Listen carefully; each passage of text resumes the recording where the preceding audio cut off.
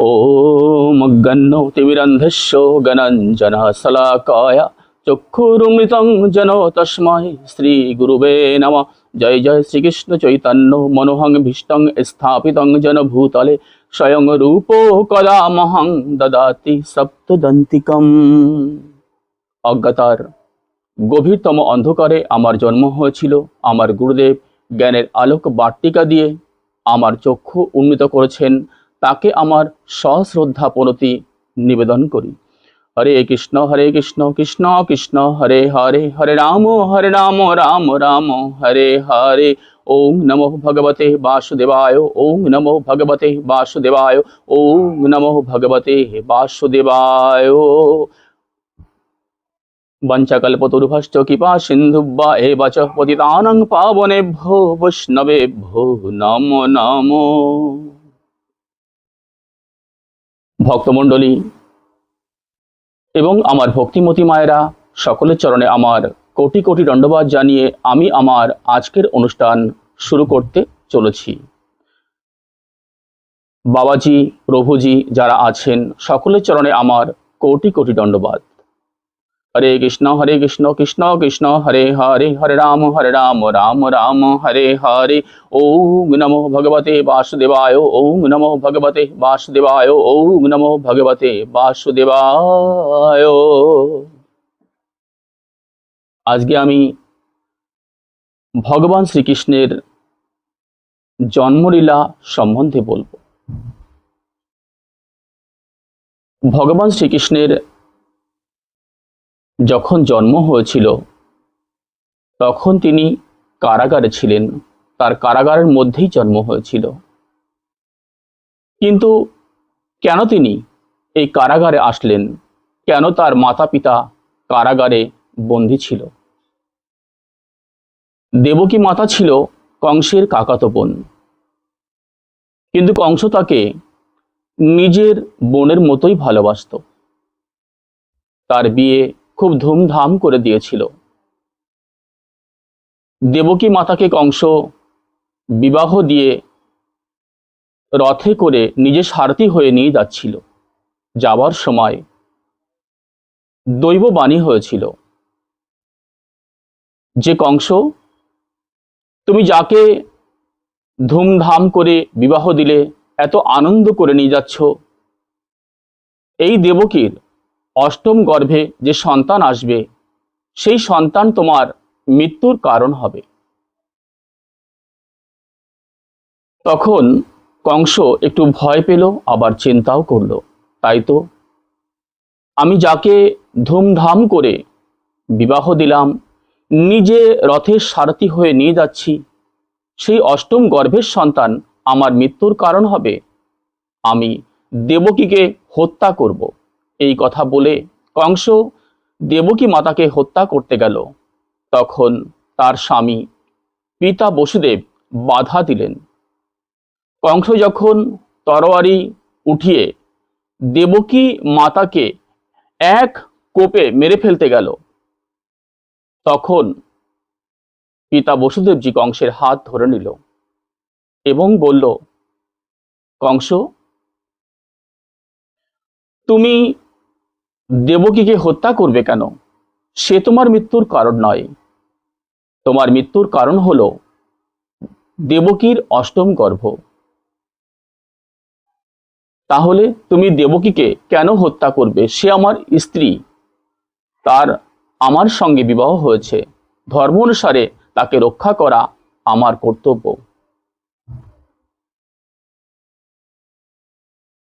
আমি প্রাণ দিয়ে হলেও তাকে রক্ষা করব। তখন কংস বলল, তুমি শোনোনি আকাশবাণী কি বলেছে? তার অষ্টম গর্ভ আমার মৃত্যুর কারণ। তখন বসুদেবজি বললেন, হ্যাঁ আমি শুনেছি, কিন্তু আমি তোমাকে কথা দিচ্ছি, দেবকীর যত সন্তান হবে আমি সব তোমার হাতে তুলে দেব। তোমার যা ইচ্ছা তুমি তাই করবে। সেই কথা মতো পিতা বসুদেবজি তার একে একে 6টি সন্তানকে কংসের হাতে তুলে দিয়েছিলেন। কংস তাদেরকে পাথরের উপর আছাড় মেরে মেরে হত্যা করেছিল। সেই ছোট্ট শিশুর মাথা ফেটে টুকরো টুকরো হয়ে গেছিল। এভাবেই কংস তাদেরকে হত্যা করেছিল। যখন সপ্তম গর্ভে শেষ নাগজি অর্থাৎ বলরামজি আসলেন, কংস তাকে গর্ভের মধ্যেই মারবার চেষ্টা করেছিল, কিন্তু কংস পারেনি। কারণ সেই শেষ নাগ মহাসর্পরূপে কংসকে দর্শন দিয়েছিল। তাই কংস ভয়ে সেখান থেকে পালিয়ে গিয়েছিল। কংস তাকে আর মারতে পারেনি। অষ্টম গর্ভে শ্রী ভগবান এসেছিল, তারণহার। তখন সবাই ভগবানের নাম জানত না, তারণহার রূপেই জানত এবং তার নাম দিয়েছিল তারণহার। তারপরে মহিষী গর্গ, তিনি পরে ভগবানের গুরুদেব হয়েছিলেন, তিনি তার নামকরণ দিয়েছিলেন শ্রীকৃষ্ণ। এবার যে কথাটা বলছিলাম, যে তাহলে ভগবান শ্রীকৃষ্ণের মাতা পিতা কেন কংসের কারাগারে গেল? সেই যে আকাশবাণী হয়েছিল, সেই আকাশবাণীর কারণ অষ্টম গর্ভে কংসে বধ হবে, অর্থাৎ অষ্টম গর্ভে যে আসবে সে কংসকে বধ করে দেবে। এই জন্যই দেবকী মাতা পিতা বসুদেবকে তিনি কারাগারে বন্দী করে রেখেছিলেন। তারপর একটা সময় অষ্টম গর্ভ হলো, ভগবান শ্রীকৃষ্ণ পৃথিবীতে অবতরণ করলেন। তখন ভগবান তার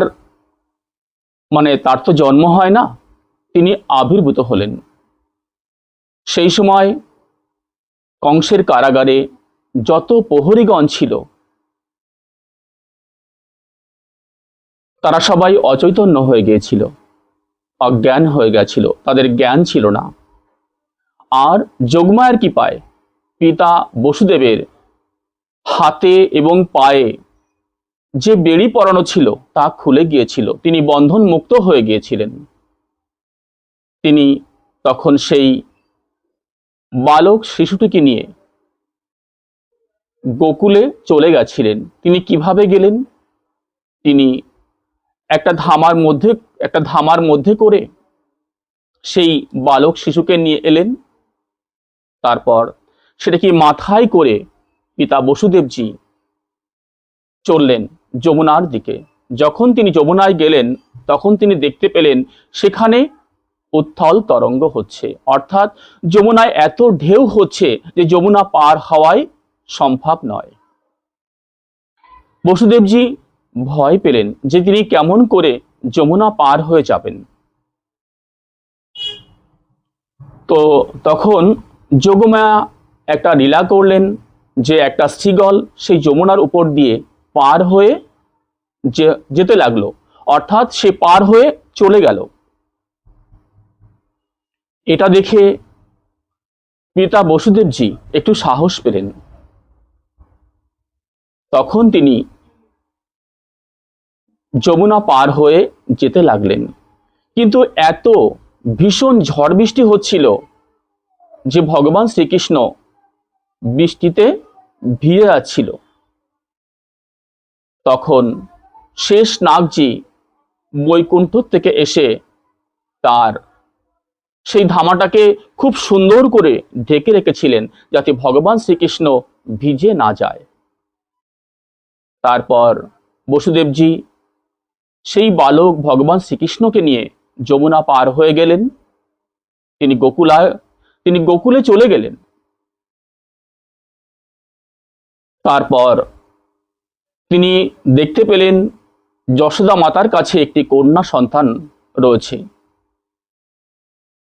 সেই কন্যা সন্তানকে তিনি কোলে উঠিয়ে নিলেন, আর এই ভগবান শ্রীকৃষ্ণ যিনি বালক রূপে এসেছেন সেই বালককে সেখানে তিনি শুইয়ে দিলেন। দিয়ে তিনি আবার যমুনা পার হয়ে কংসের কারাগারে এলেন। তখন সবার জ্ঞান ফিরল এবং তার হাতে পায়ে আবার পুনরায় বেড়ি লেগে গেল, তিনি আবার বন্ধন হয়ে গেলেন।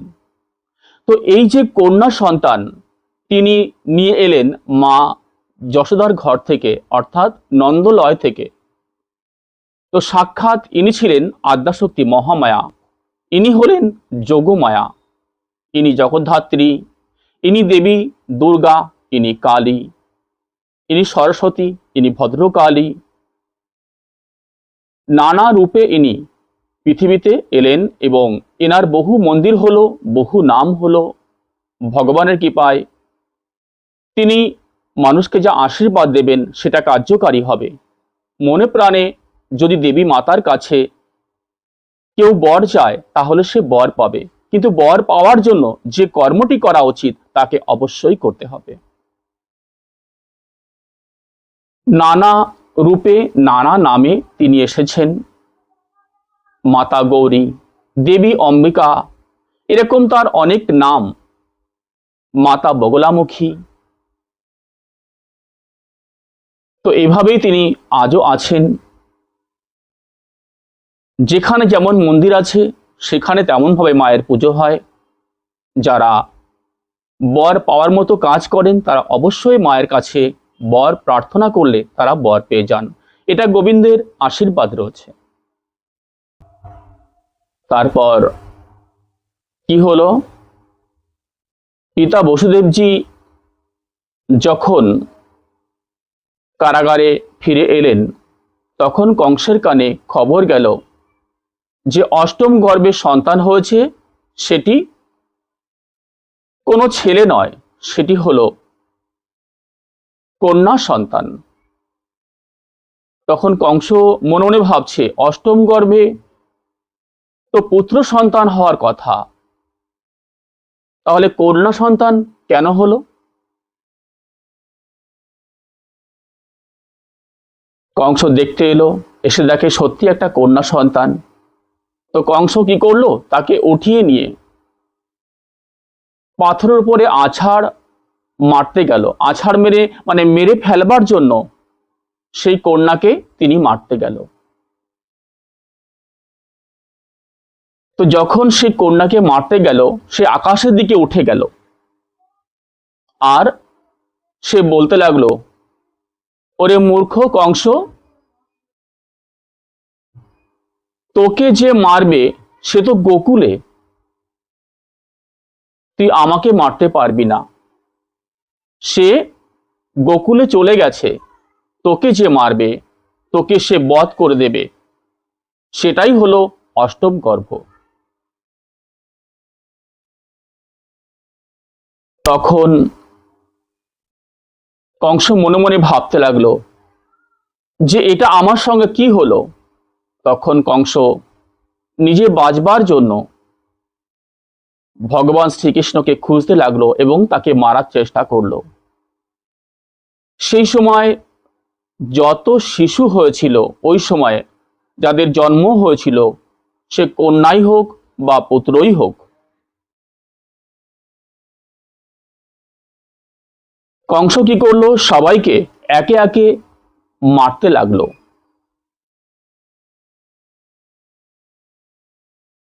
তখন সবাই ভয়ে তাদের সেই সন্তানকে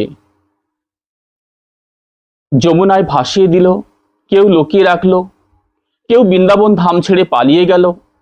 এভাবেই চলতে লাগলো।